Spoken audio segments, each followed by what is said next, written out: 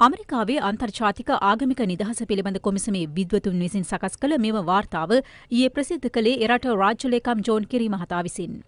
වොෂින්ටනයේ රාජ්‍ය දෙපාර්තමේන්තුවේදී එය ප්‍රකාශයට පත් කරමින් අමරිකානු රාජ්‍ය ලේකම්වරයා සිදු කළ දේශනයට ශ්‍රී ලංකාව පිළිබඳ සඳහනක් වූයේ නැහැ.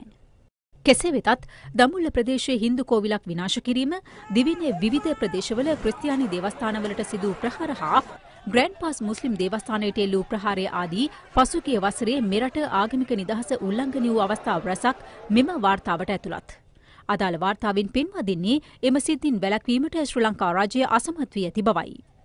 මෙම සිද්ධීන් බොහොමයක් පිටුපස බොදුබල සේනා සංවිධානය හා ඔවුන්ට සහයෝගය දක්වන බවට චෝදනා එල්ලවන රාවණා බලය සංවිධානයේ සිටින බව අමරිකානු වාර්තාවේ වැඩිදුරටත් සඳහන්.